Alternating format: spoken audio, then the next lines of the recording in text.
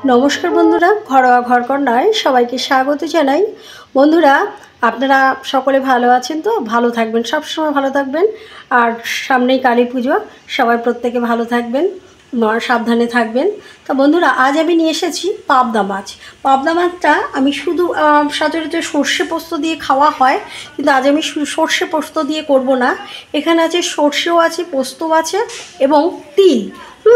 तिल दिए आमि एई पाबदा माछटा एकदम माने सर्षे पोस्तो जेमन हय ठीक सेरकम भावे करब। तिलटा आमि नियेछि एई कारणेई तिलेर एकटा फ्लेवर आछे। तिल आबार शरीरके ठांडाओ करे, पोस्तो शरीरके ठांडा करे। तिलेर एक गन्धटा आमार खूब भालो लागे, सेई जोन्नो आमि तिलटा इउज करी। एखाने सर्षे पोस्तो एबं तिल रयेछे, और एखाने नुन, एखाने एकटु काश्मीरी रेड चिली पाउडार, और एखाने आछे हलुद, और एखाने किछु परिमाण पाबदा माछ रयेछे। सबार प्रथमे आमि माछगुलोके नुन हलुद एबं एकटु सर्षेर तेल माखिए भेजे नेब। आमार एई जे माछे नुन हलुद एबं सर्षेर तेल आमि माखिए निয়েছি। कड़ाइए तेल बसिए दिएछि, तेलटा गरम हये गेছে। এখন আমি মাছগুলো ভেজে নেব। এই মাছ খুব ছোটো।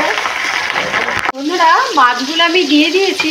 হ্যাঁ, মাছগুলো নুন হলুদ এবং সর্ষের তেল দিয়ে মাখিয়ে নিয়েছি। যেহেতু এই মাছে আঁশ নেই, ফাটবে, সে কারণে প্রথম দেওয়াতে খুব ফাটছিল, এখন আর ফাটছে না। এখন মাছগুলো ভাজা করে নেব এক এক করে সব মাছ। বন্ধুরা আমার মাছগুলো ভাজা হয়ে গেছে।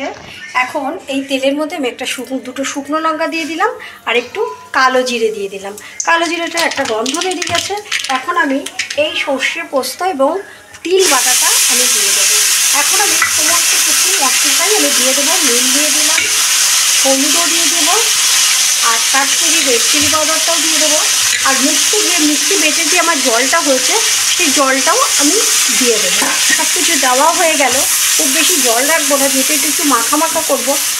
বন্ধুরা আমি তিলটা ইউজ করি এই কারণে, পোস্তর প্রচুর দাম, আর সাবস্টিটিউট হিসেবে তিল আর পোস্ত একই প্রায় আমার মনে হয়। হ্যাঁ, খেতে খুব একটা খারাপ লাগে না। আপনারা কিন্তু বাড়িতে ট্রাই করে দেখতে পারেন। যদি ভালো লাগে অবশ্যই আমাকে কমেন্ট করে জানাবেন। বন্ধুরা কারিটা আমার অনেকটাই ফুটে গেছে। এখন আমি মাছগুলো দিয়ে দেবো। মাছগুলো দিয়ে একটু সর্ষের তেল দিয়ে দিতে হয়। সর্ষের তেল দিলে খেতে টেস্ট হয় এবং কালারটাও সুন্দর হয়, খেতেও ভালো লাগে। হ্যাঁ, ফ্লেভারটাও ভালো আসে। আর উপর থেকে একটু কাঁচা লঙ্কা আমি দিয়ে দেবো। এগুলো মাছগুলো খুব বেশি আমি নাড়াবো না, আস্তে আস্তে আমি ফুটিয়ে নেবো একটু। এই মাছ খুব নরম তো। হ্যাঁ, হয়ে গেলে আমি নামিয়ে দেবো।